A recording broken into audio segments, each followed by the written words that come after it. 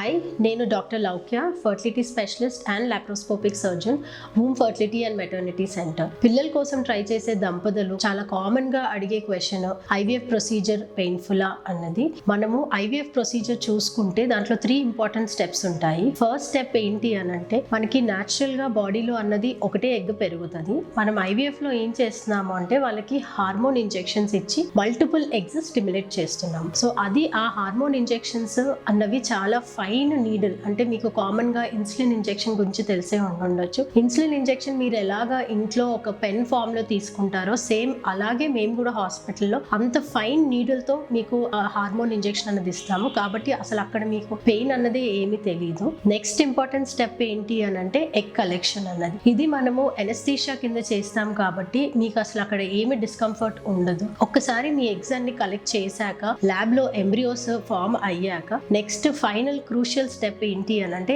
Embryo transfer. Embryo transfer మనము ఇప్పుడు మీకు ఎగ్జాంపుల్ గా చెప్పాలి అని అంటే మన పెన్ రీఫిల్ ఎలా ఉంటుందో అంత థిన్ కెథటర్ తోటి మనం ఎంబ్రియోస్ ని బాడీలోకి మళ్ళీ లోడ్ చేస్తాము. అది మనము ఆ రీఫిల్ లాగా ఉన్న కెథటర్ ని మనము సర్విక్స్ నుంచి పాస్ చేసి యూట్రస్ లోకి ఎంబ్రియోస్ ని రిలీజ్ చేస్తాము. మీకు ఎక్కడ డిస్కంఫర్ట్ ఉండొచ్చు అంటే మీ వెజైనా క్లీన్ చేసేటప్పుడు, లేకపోతే సర్విక్స్ ని విజువలైజ్ చేయడానికి స్పెక్యులం పెడతాం. ఇప్పుడు మీకు ఏమన్నా డిఫికల్టీ ఉండొచ్చు, తప్పితే అసలు అది పెయిన్ఫుల్ ప్రొసీజరే కాదు. ఇలాగ మీకు అన్ని స్టెప్స్ లో మీకు అసలు ఐవీఎఫ్ ఎక్కడా పెయిన్ఫుల్ గా ఉండదు.